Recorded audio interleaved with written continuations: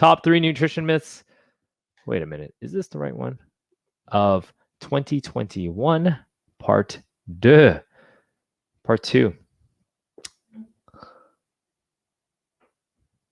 Here's a good one. I hear this a lot. Salt is bad for you. All right. Some myths, they contain a grain of truth, pun intended there, with the salt side of things. But there is a lot of issues with salt, especially excessive amounts of salt. You got high blood pressure. You can run from kidney damage. There's also even you can risk your mentally declining faster when you have excessive salt in your diet.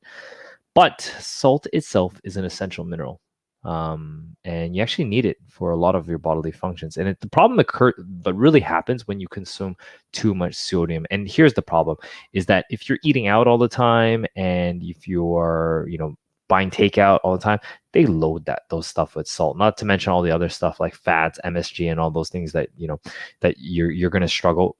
That is bad for you. Salt itself is not unhealthy. Matter of fact, you actually get quite a bit of minerals from salt. That is really important. And actually, for me, because I don't eat typically a too high of sodium diet, I actually have to supplement in salt into my water to help me a little bit feel hydrated. Especially when I'm fasting, I like to put a little bit of salt. Now, there's different types of salt. Himalayan pink sea salt that has things like iron in it that can help you. Celtic sea salt, all those different types of salts, high in different types of minerals.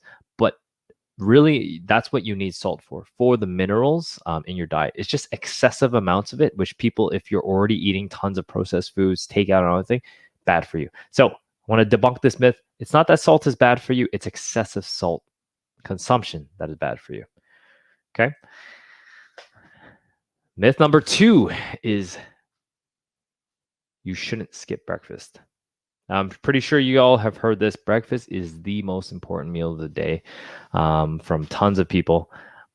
Now, the thing about breakfast is I find that people that have now when people come work with us initially, we try to make sure we go 3 whole meals and 2 snacks just to not rock the boat too much.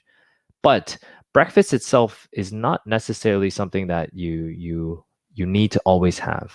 The way I look at it, and I think as you focus a little bit more on your health and your fitness, is eventually you get to the point where breakfast just becomes a meal. It's literally a feeding.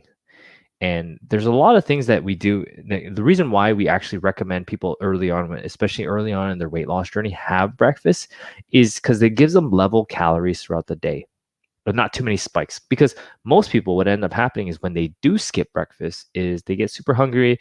They have a huge lunch that they get takeout because they didn't prep the meals beforehand, and they get a super spike in sugar, insulin levels, and then they get super tired after, and it causes issues.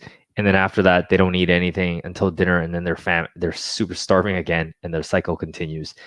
So those are 2 things that we want to avoid, and that's why we usually recommend breakfast when people start off. But eventually, you get to the point where a breakfast is just a meal. It's just a feeding, and it's only there to support your goals. If now we do things like and the goal is initially to do it to restrict calories a little bit to be at a deficit. But eventually we look at things like proteins, carbs, fats, and then we look at meal timing. That is one tool that we actually use. If we compress the eating window, you sometimes can get better results that way. Some people do really well on time restricted eating, which I've probably recommended to a few of you before. So skipping breakfast, I mean, initially I think you should have breakfast, but you could skip it. So you don't necessarily always have to have breakfast. Matter of fact, I haven't had breakfast in probably 8-9 months now, because I like to time restrict eats. So I like to be on a specific eating window, a 6-hour eating window. So I fast for about 16 hours, 18 hours, and then eat within 6. And I skip breakfast all the time now. But now, and get this, when I want to gain weight, I actually have to eat breakfast because it gives me more time to get in all the calories I need. I know, a tough problem I have. Don't cry me a river. But myth number 2, debunked. You shouldn't skip breakfast.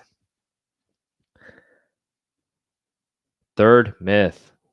Egg yolks are bad for you. Now, there was a time I remember I saw it on a Simpsons episode where they really I remember there was the egg mascot, and it would run away because people would always say, "Hey, eggs are bad for you. Eggs are bad for you." And a lot of it came from just like the media. There are foods like, and things like eggs they have cholesterol in it, and then they saw if eggs had cholesterol in it, and they vilified cholesterol as the problem why people were getting fat. But eggs are one of the most perfect foods in terms of nutritional value that you can get in terms of fats, proteins, carbs. Um, I, I I I think eggs are essentially a really good way to have like a hard boiled egg if you're on the go. Like if we're on a picnic, hard boiled eggs are like it's just the taste that you got to deal with. You put some salt in it and pepper, which goes back to the other thing. Having salt is okay with you. I think is one of the most perfect foods that you can have, and it's better than grabbing takeout or McDonald's because it has it's a great source of protein, fats, and tons of other nutrients as well. So the problem is if you are eating excessive calories, eggs then are not good because they add in the egg yolk and the extra fat and the extra cholesterol that could cause issues for you. So, long story short, eggs are not bad for you. They're actually really good and one of my favorite whole foods to actually eat. So, there you have it. My top my top nutrition myths part 2 that I wanted to debunk.